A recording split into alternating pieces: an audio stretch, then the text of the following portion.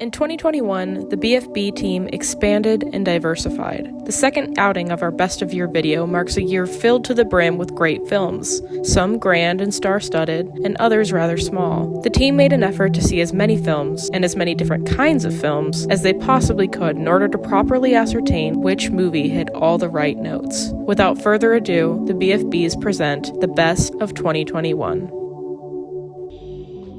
What jumps out to me most watching The French Dispatch, Wes Anderson's latest and maybe his best film yet, is the irony of a good cry. So often, this is a film that holds you at a distance, like you're a reader traversing the titular New Yorker-esque travelogue's epitaphic triptych. It's telling stories within stories about how to tell stories, holding itself far enough to the point that the maxim above the door explicitly commands a certain remove. To put it as Bill Murray's character, Arthur Howitzer Jr. does, quite simply, there's no crying in the office. Yet, despite all of this, The French Dispatch is one of the most open-hearted and kaleidoscopic films in Anderson's idiosyncratic catalog. It is deeply funny and deeply sad, rich with pathos, capturing its multitude of characters with warmth, even if they're held at arm's length. It's an elaborate, immaculately constructed triumph, a film whose beyond the scope never undermines the pure humanity animating its soul.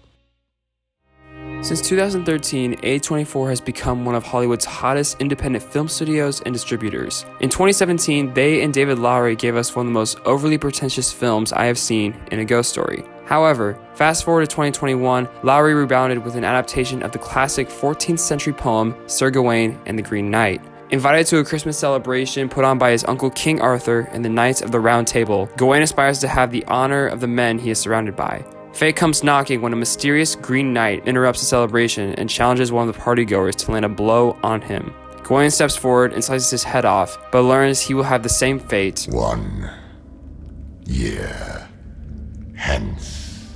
When the time comes, Gawain makes the courageous decision to do his share of the deal. His challenging quest to reunite with the Green Knight is a journey filled with self-reflection and overcoming various obstacles. Led by an incredible performance by Dev Patel, The Green Knight is an indulgent yet gorgeous fantasy epic with mind-blowing visual effects, engaging cinematography, and relatable story to all. Lowery directs this movie with such a passion that it ultimately comes off as a testament to how far A24 has come and is my favorite film of 2021.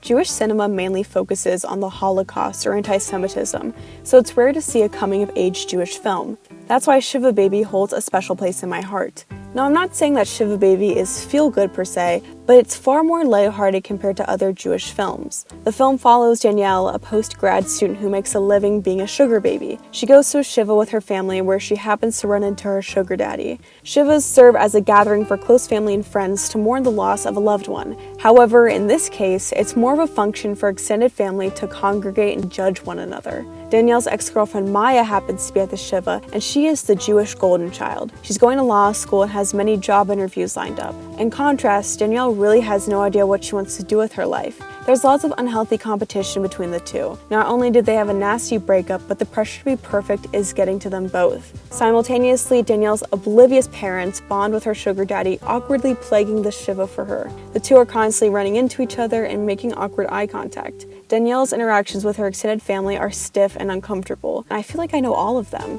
The prying questions, eavesdropping, and awkward small talk are what tie the film together. Shiva Baby is eerily relatable and in a way comforting.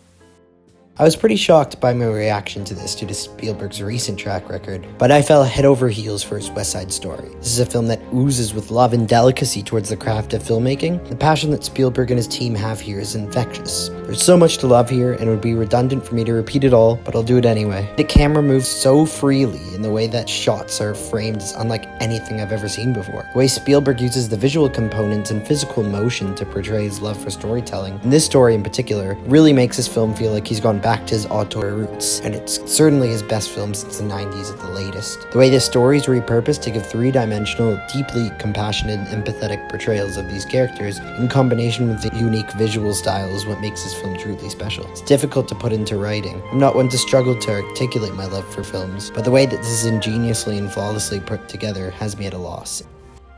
Julia Ducournau's latest outing, Titan, takes the theme of family once again and applies it to the most absurd of situations.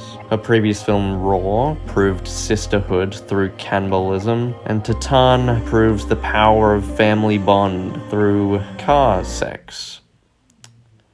Honestly though, Ducournau's shows off with Titan, a largely dialogueless film for the majority of its runtime, choosing to tell much of its story through really impressive visual storytelling. The pacing is sliced down the middle. The first half of the feature sprints an anxiety level pace as we are shoved into bombastic situation after bombastic situation. Titan primarily works because of that second half. The film slows down at the introduction of Vincent, who would play the protagonist Alexia's father figure in the film. She, dressed up as his long-lost son, with shaved hair, a taped flat chest, and a similar broken nose, comes under his sweaty, steroid, pulsing, masculine wing. Oh, what a time they would have had together. Oh, and did I say she was pregnant with a baby car? Well, what follows is something actually endearing, as the two lonely souls who share interests from Taboo Lane try to form a bond together, because heck, they both don't exactly have anyone else in their lives. And so they find love for each other through their care for each other. Many of the key moments of character development happening under the film's recurring usage of diegetic song and dance scenes. She turns a concept that would be seemingly absurd in anyone else's hand, yet infuses it with something from the heart. I saw Come On, Come On alone in an empty theater on a rainy Saturday afternoon. It's a crying type of movie. The rhythm is organic, and like the 9-year-old it observes, it has a lot of emotional ups and downs. Johnny, the 9-year-old Jesse's uncle, works as a radio journalist who interviews kids all around the US about what they think the world will look like in the future, even though he's plagued by his own lack of clairvoyance. The bringing together of the two occurs under less than ideal circumstances. Jesse's mom, Viv, has to tend to her ex-husband's bipolar episode. As Viv's stay in Oakland gets dragged out, Johnny must take Jesse with him on his cross-country interviews. Mill's story catalogs everyday mundanities frequently enough to ring like true life, but he also sprinkles in excerpts from poignant essays and children's stories that add a layer of literary perpetuity to its themes. Although not all may identify with a boy grappling with the implications of his potentially inherited mental illness, people will more than likely identify with the existentialism and wonder that comes with the book Star Child, read aloud by Johnny in one of the movie's most poignant moments.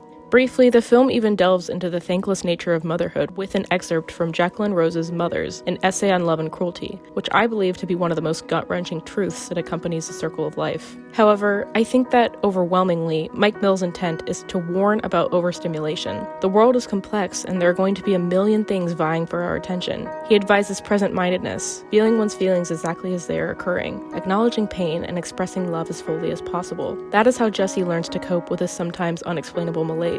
Some of the most frustrating experiences may become more valuable in retrospect, but the aging process is beside the point. It just adds perspective. There is only now, the creation of memories, and the understanding that we as humans never stop learning.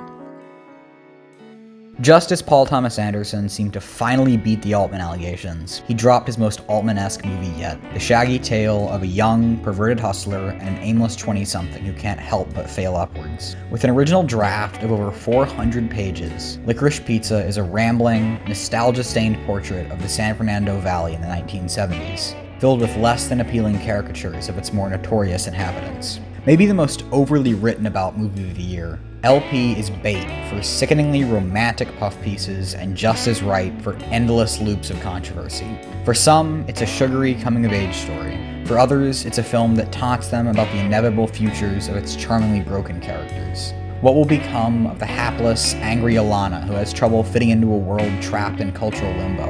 Will Gary join the ranks of cold, misogynistic assholes that populate the valley's upper echelon? Whatever the answers, Licorice Pizza is entrancing. Anderson's most effortlessly beautiful film yet, its cast is made up almost entirely of friends and family, many of whom share their real names with their characters. All of this creates an atmosphere of incredible intimacy, as if one were viewing Anderson's home movies. In the great tradition of the American masters, from John Ford to Robert Altman, Anderson has delivered a film that's as broad and playful as it is conflictual and cathartic.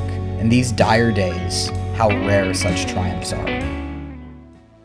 My pick for the best of 2021 was the one that stuck with me the longest. Ryusuke Hamaguchi's Drive My Car is a 3-hour adaptation of a Haruki Murakami story about a man whose uncertainty of his own past haunts him while putting on a show of Uncle Vanya, which then brings him to form a bond with his driver during the production. The movie sat in my mind for weeks after seeing it, and I'm still sitting with it. Sitting with the limbo of the rehearsals and trying to take in the scope of snow-capped mountaintops. What Drive My Car did better than any other film this year is let the story that plays out speak for itself. Especially striking here were the two lead performances. Hidetoshi Nishijima and Toko Miura spend the runtime simmering, let the emotions bubble under the most expressive body language possible. Nishijima's poise is a perfect mask for his scrambling faith-based doubt, while Miura's mask takes the form of her eternal slouch and nonchalance. Hamaguchi allows the story to unfold in an almost leisurely manner. Mammoth events are carried out with a procedural tone, and minute actions carry just as much weight. He also transposes the art of the past that is being put onto the life that isn't taking place in front of us, subsequently onto the art that we as the audience are watching and taking in. With the main setting being the cab of a petite red Saab, Hamaguchi gets at the core of his characters without ever prying too much. There's an unacknowledged connection discovered through seemingly benign conversations, and their bond grows stronger as they come to a silent understanding that explodes with the final exhale and snowfall. Drive My Car is essential viewing for any year and the best of the year.